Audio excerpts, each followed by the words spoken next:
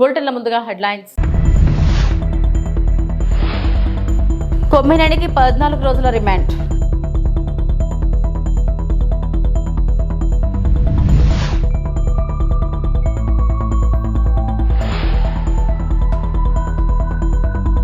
బసవతారకం ఆసుపత్రిలో బాలకృష్ణ పుట్టినరోజు వేడుకలు.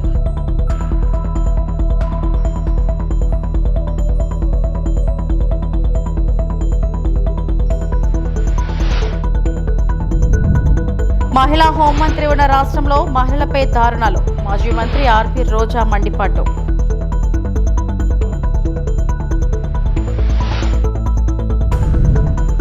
కేరళ తీరం వద్ద సింగపూర్ నౌకలో పేలుడు.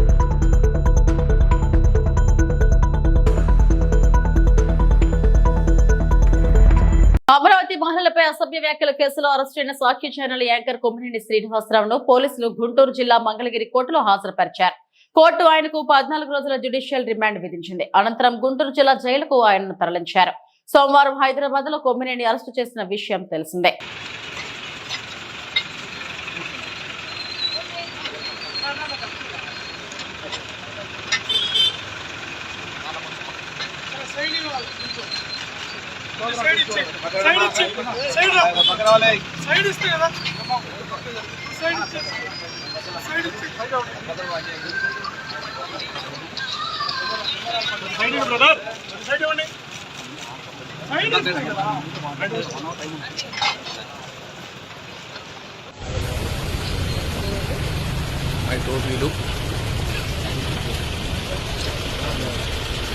ప్రముఖ నటుడు హిందూపురం ఎమ్మెల్యే నందమూరి బాలకృష్ణ పుట్టినరోజు సందర్భంగా హైదరాబాద్ లోని బసవతారకం ఇండో అమెరికన్ క్యాన్సర్ ఆసుపత్రిలో ఘనంగా వేడుకలు నిర్వహించారు. ఆసుపత్రి సిబ్బంది చిన్నారుల సమక్షంలో బాలకృష్ణ కేక్ కట్ చేశారు. చిన్నారులకు ఈ సందర్భంగా ఆయన బహుమతులను అందజేశారు.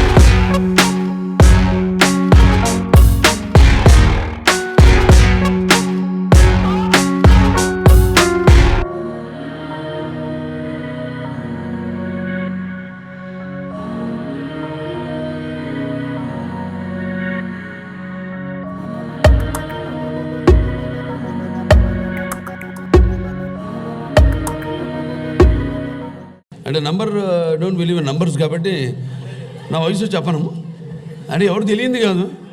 నా మొబైల్ నెంబర్ నుంచి కూడా అందరికీ ముందు ఒకటే, నాదంతా ఓపెన్ బుక్కే. సో నా గురించి ఏ రహస్యాలు ఏమి ఉండవు, అందరికి తెలిసిందే. నా ఈ జీవిత పయనంలో అడుగడుగున నేను వేసే ప్రతి అడుగు అందరికి తెలిసిందే. నేను ఒకసారి నాన్నగారు అడిగారు, ఏం చేస్తున్నావు అన్నారు. ఇంటర్మీడియట్ అయిన తర్వాత అని అప్పుడు దిగారు బండి. ఏం లేదన్నా, ఇంకేం ఆలోచించలేదన్నా. మెడిసిన్ ఎంట్రన్స్ రాసావా అన్నారు. మెడిసినా? చిన్నప్పటి నుంచి ఈయనే కదా నన్ను ఎంకరేజ్ చేసింది. అందరితో మా బాలా హీరో అవుతాడు అది దాన్ని. మరి మెడిసిన్ అంటారేంటి నాకు అర్థం కాలే కాసేపు. సరే ఇంత పెద్ద గైడు అంటే అప్లై చేయమన్నారు. అప్లై చేశా. ఏ రోజైతే ఎగ్జామ్ ఉందో ఆ రోజు పొద్దున్న వరకు హాల్ టికెట్ రాలా, పోస్ట్ పోన్ రాలా, ఇంకా రాదని కరెక్ట్గా వచ్చాడు. ఒక అరగంట ముందు ఎంట్రన్స్ టైంకి ముందు, ఎగ్జామ్కి ముందు 10 నిమిషాల ముందు, ఒక అరగంట ముందు వచ్చి హాల్ టికెట్ అని ఇచ్చాడు. అబ్బా నువ్వు ఎక్కడ రాయుడు, రామేశ్వరం పోయినా శనీశ్వరం అన్నట్టు అది తీసుకుని ఇక తప్పలా ఇక వెళ్ళి ఎంట్రన్స్ ఎగ్జామ్ ఏం రాస్తాం, కళ్ళు మూసుకుని ఇది ఏబిసిడీలు ఉంటాయి, అలా కళ్ళు మూసుకుని టక్కని పెట్టడం, ఏదో ఏది దేని మీద పెన్ను ఉంటే ఇదే అని రాసేసి అలా అలా అలా సరే సినిమాల్లో నటిస్తూ సింహ సినిమాలో ఒక డాక్టర్ క్యారెక్టర్ మొదటిసారి నేను జీవితంలో వేసింది. అనుకోకుండా అప్పుడే మన హాస్పిటల్కి నేను చైర్మన్ అవ్వడం జరిగింది, మేనేజింగ్ ట్రస్టీ అవ్వడం జరిగింది 65వ సంవత్సరంలో. ఈరోజు అడిగిండాను, మరి 64 సంవత్సరంలో నాకు ఈ పద్మవిభూషణ్ రావడం, అలాగే నేను ఇండస్ట్రీలో 50 సంవత్సరాలు పూర్తి చేసుకోవడం హీరోగా ప్రపంచంలో ఎవరు లేరు. ఆ ఘనత నాకు దక్కింది. అంటే అదంతా మా నాన్నగారు అమ్మగారి యొక్క కేరళ తీరంలో సింగపూర్ జెండా కలిగిన ఎంవి వ్యాన్ హై 503 నౌకలో మంటలు మరియు పేలుళ్లు కొనసాగుతున్నాయి. ఇండియన్ కోస్ట్ గార్డ్ ప్రకారం ప్రస్తుతం ఓడా మధ్యలో నుండి అకామిడేషన్ బ్లాక్ సమీపంలోని కంటైనర్ బే వరకు మంటలు కొనసాగుతున్నాయి. ఫార్వర్డ్ బే మంటలు అదుపులోకి ఉన్నప్పటికీ దట్టమైన పొగ ఒక సవాలుగా ఉంది. సముద్రంలో తప్పిపోయిన మరిన్ని కంటైనర్లతో ఓడరేవుకు ఇప్పుడు 10-15 డిగ్రీల దూరంలో జాబితా చేయబడింది. ఐసీజీ నౌకలు సముద్ర పహారీ మరియు సాచెట్ మంటలను అదుపు చేస్తున్నాయి. ఐసీజీ సమర్థ్ మరియు ఒక రక్షణ బృందం కొచ్చి నుండి మోహరించబడుతున్నాయి. ప్రమాదకరమైన సరుకు మరిన్ని ప్రమాదాలను కలిగిస్తున్నందున కోస్ట్ గార్డ్ అధిక హెచ్చరికలో ఉంది.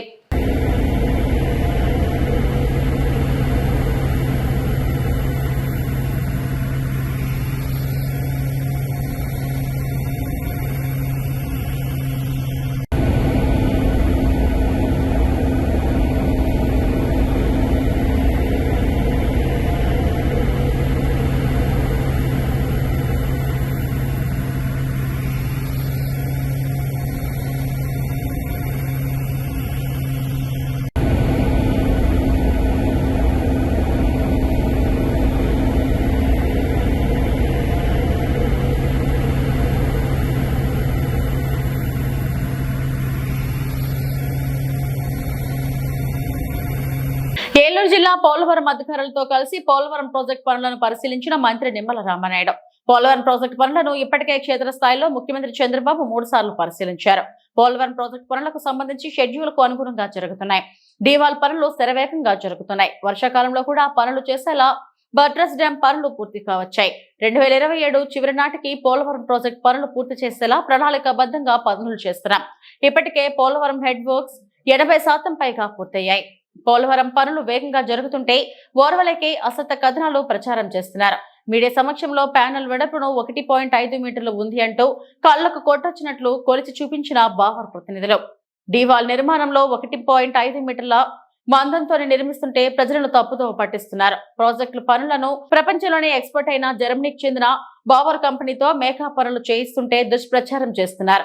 నాడు పోలవరం ప్రాజెక్ట్ మాకు అర్థం కాలేదు, ఎప్పటికి పూర్తవుతుందో చెప్పలేమన్నారు. నాటి వైసీపీ మంత్రులు వైసీపీ ప్రభుత్వం చేయలేనిది కూటమి ప్రభుత్వంలో చంద్రబాబు పోలవరం ప్రాజెక్టు పనులు వేగవంతం చేసి చూపిస్తున్నారు. పోలవరం ప్రాజెక్టు నిర్మాణంలో నాణ్యత విషయంలో రాజీ పడే ప్రసక్తే లేదు. రాష్ట్రానికి ఒక వరం, ఒక జీవనాడి అనే విషయం మీ అందరికీ తెలుసు. అందుకే ఈరోజు కూటమి ప్రభుత్వం అధికారంలోకి వచ్చిన తర్వాత ఈ పోలవరం ప్రాజెక్టుని మరి చంద్రబాబు నాయుడు గారు ముఖ్యమంత్రిగా ఇప్పటికే 3 సార్లు స్వయంగా ఇక్కడ మరి విజిట్ చేసి ఒక లక్ష్యాన్ని కూడా డయాఫ్రమ్ వాలు 2027 డిసెంబర్కి పోలవరం ప్రాజెక్టు పూర్తి చేసేటువంటి విధంగా ఒక షెడ్యూల్ కూడా ఏర్పాటు తీసుకుని ఆ షెడ్యూల్కు అనుగుణంగా పనులు జరిగేటువంటి విధంగా మరి ఈవేళ మరి పెద్ద ఎత్తున పోలవరం పనులు జరుగుతున్న విషయాన్ని కూడా స్వయంగా మనందరం కూడా చూస్తున్నటువంటి పరిస్థితి. ఏదైతే ఆ షెడ్యూల్కు అనుగుణంగా ఈవేళ డయాఫ్రమ్ వాల్ ఏదైతే ఉందో మరి ఇప్పటికే దగ్గర 360 మీటర్లు మరి ఈవేళ డయాఫ్రమ్ వాల్ నిర్మాణం ఈ యొక్క కొద్ది కాలంలోనే మనం నిర్మాణం చేసుకోవడం, అదేవిధంగా ఏదైతే గ్యాప్ 1 ఏదైతే ఉందో మరి ఆ పనులు కూడా ఈరోజు ఈసీఆర్ఎఫ్ డ్యామ్ పనులు ప్రారంభించుకుని గ్యాప్ 1కు సంబంధించి ఈసీఆర్ఎఫ్ డ్యాము 2026 మార్చి కల్లా పూర్తి చేసేటువంటి లక్ష్యంగా పోలవరం పనులు పూర్తవుతుంటే మరి అక్కసుతోటి ఏదైతే ఈ పోలవరం పనులు పూర్తవుతూ ఉంటే చూడలేనటువంటి వారలేనితనంతో ఇలా వైఎస్ఆర్సీపీ పార్టీ కూడా ఈ పోలవరం మీద అవాకులు చవాకులు మాట్లాడుతున్నటువంటి పరిస్థితి మనందరం కూడా చూస్తున్నాం. అందులో పర్టికులర్గా ఏదైతే డయాఫ్రమ్ వాళ్ళకి సంబంధించి ఏదైతే డిజైన్స్కి మరి వ్యతిరేకంగా 0.9 మీటర్సే ప్యానల్ వేస్తున్నారని చెప్పి ఒక బ్యానర్ ఐటమ్స్ పెడుతూ ఉన్నారు వాళ్ళ అవినీతి పత్రికలో. ఇప్పుడే మీ మీడియా మిత్రులే మీరు చూస్తారు, ఏదైతే వేసేటువంటి ప్యానల్ ఏదైతే డయాఫ్రమ్ ప్యానల్ ఏదైతే ఉందో మీకు ఆ బావర్ కంపెనీ వాళ్ళే చూపించారు 1.5 మీటర్స్ అని. అంటే ఈ డయాఫ్రమ్ వాళ్ళకి సంబంధించినటువంటి ఏ ప్యానల్ మందమైనా సరే 1.5 మీటర్స్కి 1 సెంటీమీటర్ కూడా తక్కువ ఉండదు. ఇది కళ్ళారా మనందరం కూడా చూస్తున్నటువంటి పరిస్థితి. అయితే 100 మీటర్స్ డెప్త్కి మరి ఆ యొక్క ప్యానల్ వెళ్ళేటప్పుడు క్రిందిలో రాక్ తగిలిన చోట ఎక్కడైనా లాస్ట్ 2 మీటర్స్ 3 మీటర్స్ దగ్గర ఎక్కడైనా 0.3 m మరి ఏదైనా వాలు కొంచెం తప్పుకుంటుంది తప్ప అంతకు మించి ఆ 1.5 మీటర్స్ మాత్రం ఖచ్చితంగా దాని మందం ఉంటుంది. అటు 0.3 మళ్ళీ దానికి రివర్స్లో ప్యానల్ దిగినప్పుడు రెండో వైపున కూడా 0.3 మ్యాక్సిమం డిఫరెన్స్ వస్తుంది. అది పశ్చిమ గోదావరి జిల్లా నర్సాపురం నియోజకవర్గంలోని జనసేన పార్టీ కార్యాలయంలో నిర్వహించిన సమావేశంలో ముఖ్య అతిథులుగా ప్రభుత్వ విప్ నర్సాపురం శాసనసభ్యులు నాయకర్, తెలుగుదేశం పార్టీ ఇన్ఛార్జ్ పొత్తూరి రామరాజు, జిల్లా సహాయ సంఘాల అధ్యక్షులు మైలా వసంతరావు, మత్స్యకార సహాయ సంఘాల ఆప్కా చైర్మన్ కొల్లు పెద్దిరాజు తదితరులు పాల్గొన్నారు. నర్సాపురంలో మత్స్యకార సహాయ సంఘాల అభివృద్ధిపై సమావేశం ఘనంగా నిర్వహించారు. ఈ సందర్భంగా శాసనసభ్యులు నాయకర్ మాట్లాడుతూ మత్స్యకార సహాయ సంఘాల అభివృద్ధి చెందే విధంగా కృషి చేస్తారని ఆయన అన్నారు. రాష్ట్రంలోని 900 కిలోమీటర్లు మత్స్యకారుల కుటుంబాల వేటపైన ఆధారపడి ఉండడం జరిగిందన్నారు. మత్స్యకారుల సంఘాలకు సబ్సిడీల్లోనూ వినియోగించుకునే విధంగా ఉండాలన్నారు. గత ప్రభుత్వంలోని మత్స్యకార కుటుంబాలకు ఎక్కడా కూడా ఆదుకునే పరిస్థితి లేదన్నారు. టీడీపీ ఇన్ఛార్జ్ రామరాజు మాట్లాడుతూ మత్స్యకార రంగంలో ప్రగతి సాధించడానికి ముఖ్యమైన నిర్ణయాలు కూటమి ప్రభుత్వం తీసుకుంటుందన్నారు. ఈ సహాయ సంఘాలను మరింత బలోపేతం చేయడంపై అవగాహన సదస్సు ఎంతగానో ఉపయోగపడుతుందన్నారు. కార్యక్రమంలో మత్స్యకారుల సంక్షేమ సంఘం నాయకులు పాల్గొన్నారు. కాకుండా ఒక విప్పుగా కూడా ఇవ్వడం జరిగింది. కార్పొరేషన్ చైర్మన్ ఉన్నారు వివిధ రకాలుగా కూడా నియోజకవర్గంలో. అదేవిధంగా ఏదైతే ఈ ఫిషర్మెన్ సొసైటీ ఉందో ఈ ఆఫ్తాబ్ ద్వారా మరి నూతనంగా ఈ ఎన్డీఏ కూటమి ద్వారా మరి స్థానిక తెలుగుదేశం పార్టీ నాయకులు, సీనియర్ నాయకులు మరి కొల్లు పెద్దిరాజు గారిని రాష్ట్ర చైర్మన్గా అవకాశం కల్పించినటువంటి గౌరవ ముఖ్యమంత్రి చంద్రబాబు నాయుడు గారు, పవన్ కళ్యాణ్ గారికి కూడా మన నియోజకవర్గ ప్రజలందరి తరఫున కూడా నేను అభినందన తెలియజేస్తున్నాను. నేను నియోజకవర్గ ఫిషర్మెన్ సొసైటీ సభ్యులందరికీ కూడా నేను మీ అందరికి కూడా నేను అభినందన తెలియజేస్తున్నాను. నేను మీ అందరి సహకారంతో ఏదైతే మన జరిగిన ఎలక్షన్స్లో కూడా ఒక మంచి మెజార్టీని మీరు అందరూ కూడా కల్పించారు. మీ అందరికీ కూడా నేను ఎప్పుడూ కూడా రుణపడి నియోజకవర్గానికి అన్ని రకాలుగా కూడా అభివృద్ధి దిశగా ముందుకు వెళ్ళే విధంగానే నా ప్రయాణం ఉంటుందని చెప్పి సందర్భంగా మిమ్మల్ని అందరికీ మీకు తెలియజేయడం జరుగుతుంది. నేను కూడా ఒక అగ్నికుల క్షత్రియ సామాజిక వర్గానికి వ్యక్తి. నేను అంటే ఈ నర్సాపురం అనేది ఈస్ట్ వెస్ట్ గోదావరి కొన్ని ఏరియాలో ఒక అగ్నికుల క్షత్రియులుగా మనం ఉంటున్నాం. అంటే ఏదైతే మత్స్యకార సంఘాలు ఉన్నాయో మత్స్యకార దాదాపు 14-15 ఉపకులాలు ఉన్నాయి దీంట్లో. అంటే రాష్ట్ర ప్రభుత్వం కానీ కేంద్ర ప్రభుత్వం కానీ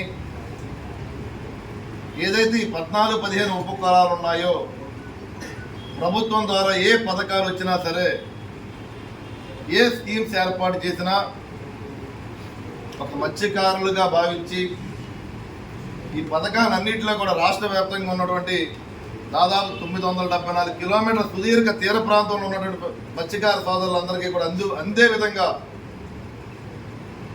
మరి ఎన్డీఏ ప్రభుత్వం కానీ ప్రత్యేకంగా మోడీ గారు కూడా, కేంద్ర ప్రభుత్వం మోడీ గారు కూడా ప్రతి సందర్భంలోనూ ఏదైతే మత్స్యకారుల కోసం ఈ ప్రభుత్వం పూర్తిగా పనిచేస్తుందని చెప్పి మనం ఈ సందర్భంగా మాట్లాడుకోవాల్సిన అవసరం ఉంది.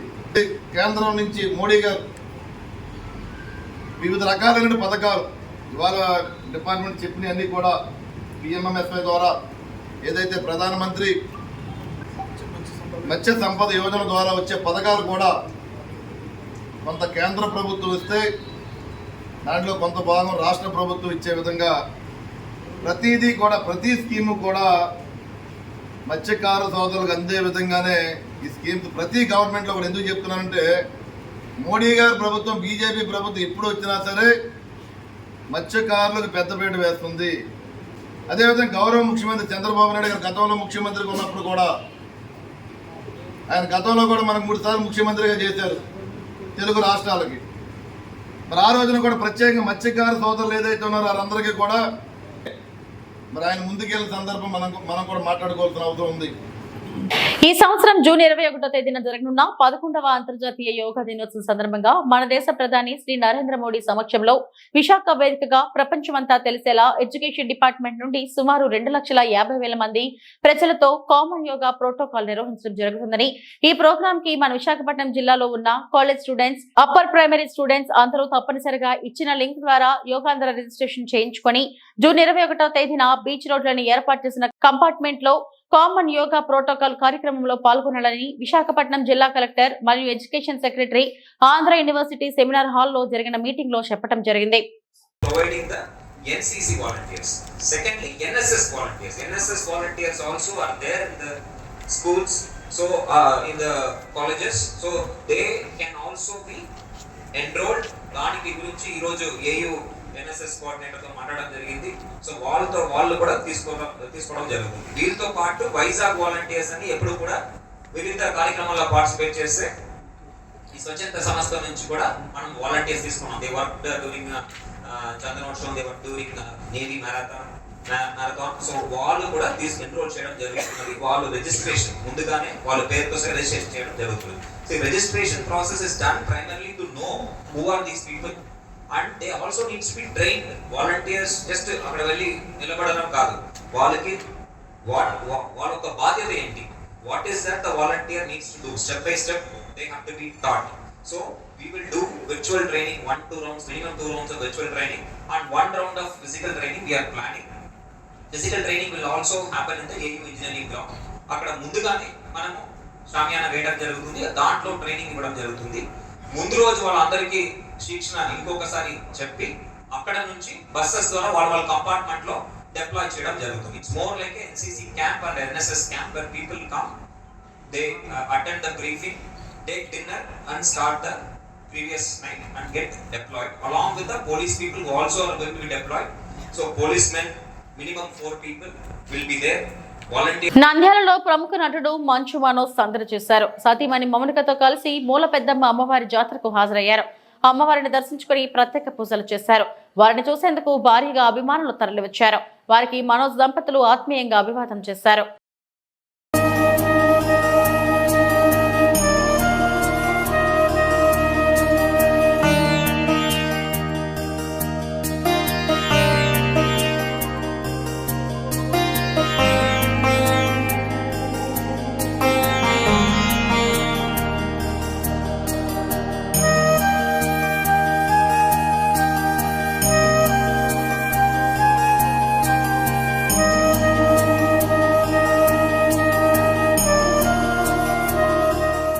అమరావతి మహిళలను కించపరిచేలా సాక్షి ఛానల్లో చర్చలు దారుణమని ఏపీ కాంగ్రెస్ అధ్యక్షురాలు వైఎస్ షర్మిల అన్నారు. అమరావతి మహిళలకు సాక్షి టీవీ చైర్పర్సన్ భారతిరెడ్డి క్షమాపణ చెప్పాలని డిమాండ్ చేశారు. సోమవారం సాయంత్రం ఆమె చిత్తూరులో మీడియాతో మాట్లాడారు. రాజధానికి వ్యతిరేకంగా సాక్షి ఛానల్లో మాట్లాడటం అవమానకరమన్నారు. అమరావతి మనకంత ముఖ్యమైనప్పుడు, ఆంధ్ర రాష్ట్రానికి ఒక రాజధాని అంత ముఖ్యమైనప్పుడు ఇలాంటి వ్యాఖ్యలు చేయడాన్ని కాంగ్రెస్ పార్టీ ఖండిస్తుంది.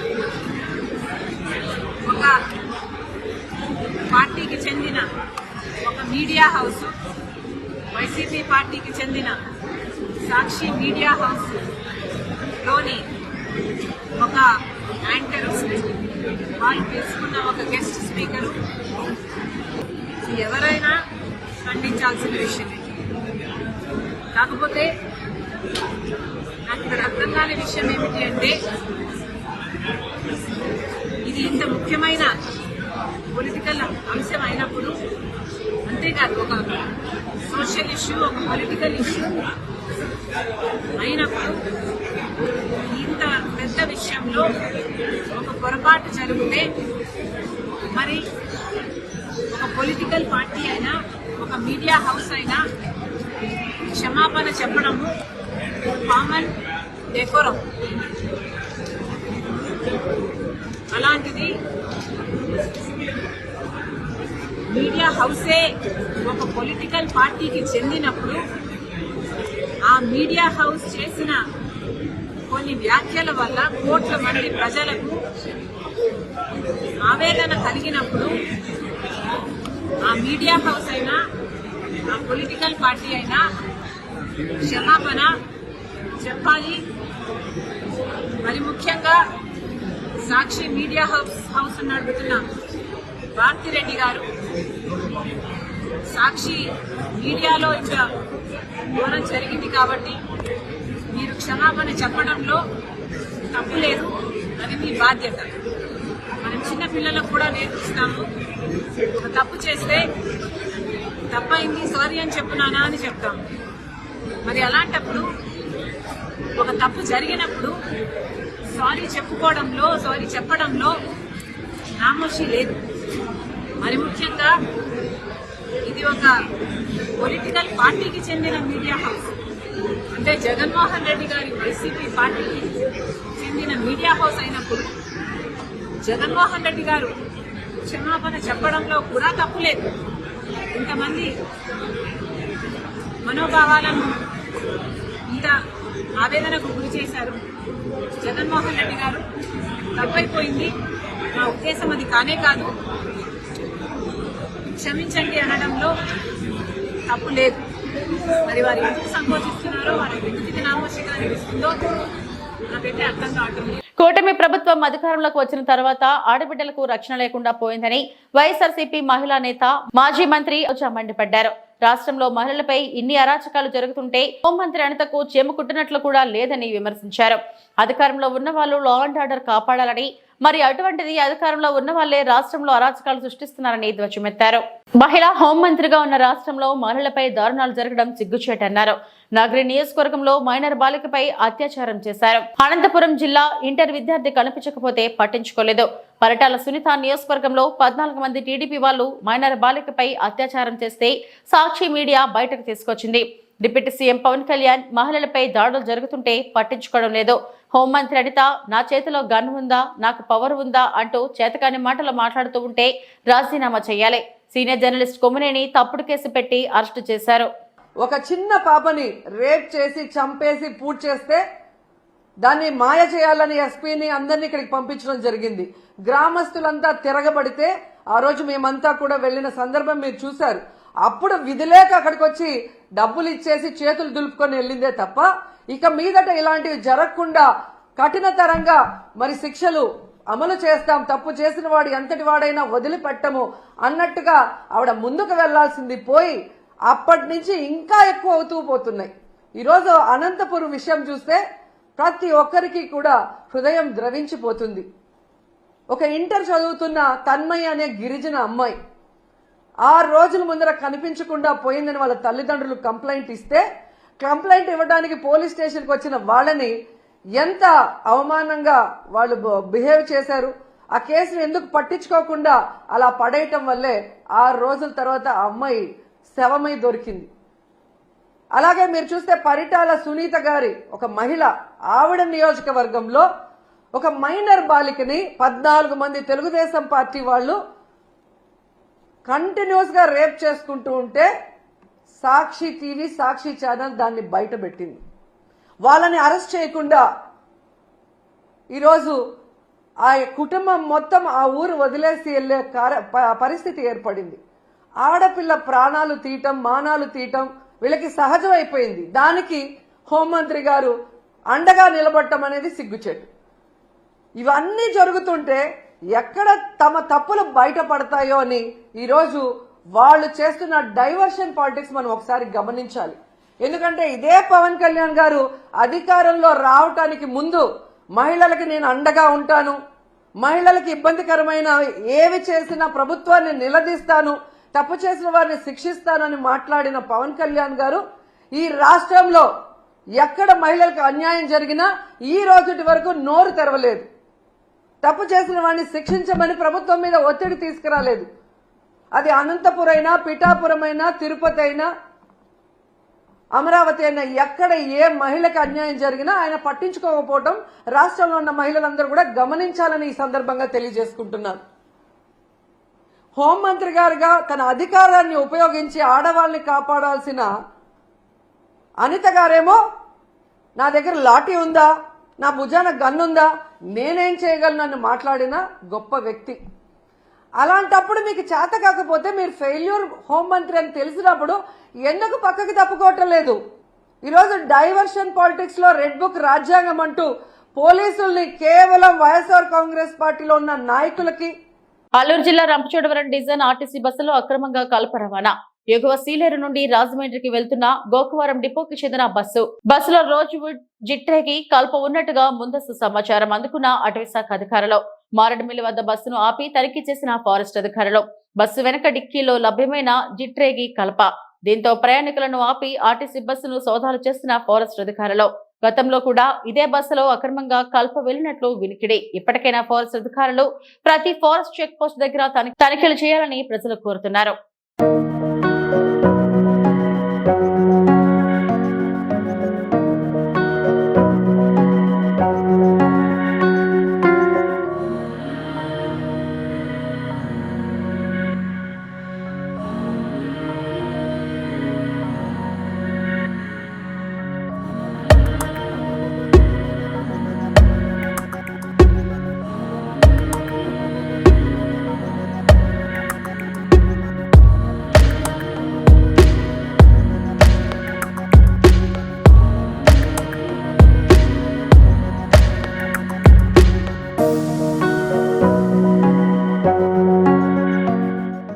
ఇవి ఇప్పటివరకు నా బులెటిన్ అప్డేట్స్. నమస్తే.